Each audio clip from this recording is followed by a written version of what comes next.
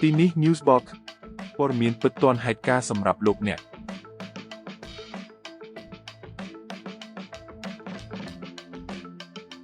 អ៊ុយក្រែនបញ្ជាក់ថាកងទ័ពរុស្ស៊ីត្រូវបានគេប្រទះឃើញនៅភាគខាងជើងនៃប៉ូក្រូវ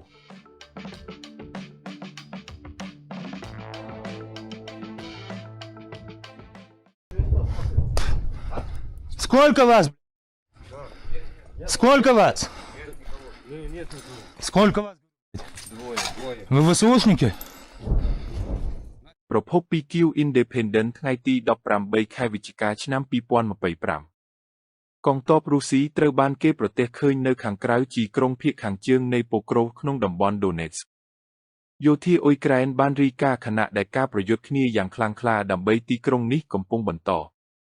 របាយការណ៍ដែលបានចេញផ្សាយដោយកងកម្លាំងប្រតិកម្មរហ័សទី7នៃកងកម្លាំងវាយប្រហារផ្លូវអាកាសរបស់អ៊ុយក្រែននៅថ្ងៃទី18ខែវិច្ឆិកាបញ្ជាក់ថាកងទ័ពរុស្ស៊ីដំបូងឡើយចូលទៅក្នុងប៉ូក្រូវពីភាគខាងត្បូងក្នុងខែតុលាឥឡូវនេះទំនងជាបានទម្លុះចូលគ្រប់តំបន់នៃទីក្រុងទោះបីជាការគ្រប់គ្រងទឹកដីជាក់ស្ដែងនៅតែពិបាកសម្គាល់ក៏ដោយ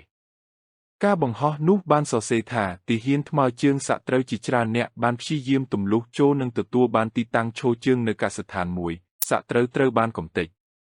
ជាចំណុចក្តៅមួយក្នុងចំណោមចំណុចក្តៅសំខាន់ក្នុងរយៈពេល1ឆ្នាំចុងក្រោយនៃសង្គ្រាមទ្រង់ទ្រីធំរបស់រុស្ស៊ីសមរភូមិប៉ូក្រូវនៅតែបន្តទោះបីជាកងទ័ពរុស្ស៊ីបានជ្រៀតចូលទីក្រុងនេះក្នុងចំនួនច្រើនក្នុងខែវិច្ឆិកាក៏ដោយយោងតាមកំពូលទី7កងទ័ពរុស្ស៊ីចំនួន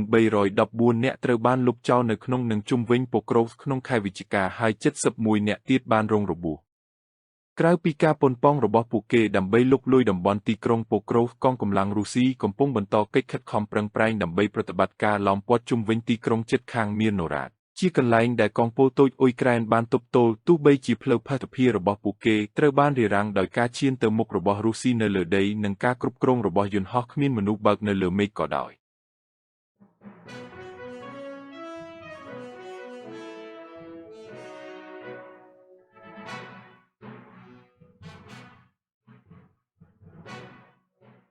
ប៉ូក្រូវដែលទំនងជាមជ្ឈមណ្ឌលប្រជាជនរបស់អ៊ុយក្រែនធំបំផុតដែលធ្លាក់ទៅក្នុងដៃកងកម្លាំងរុស្ស៊ីចាប់តាំងពីបាក់ឃ្មូតក្នុងតំបន់ Donetsk ត្រូវបានកាន់កាប់កាលពី2ឆ្នាំកន្លះមុនបានដើរតួនាទីនយោបាយជាពិសេសសម្រាប់ភាគីទាំងពីរ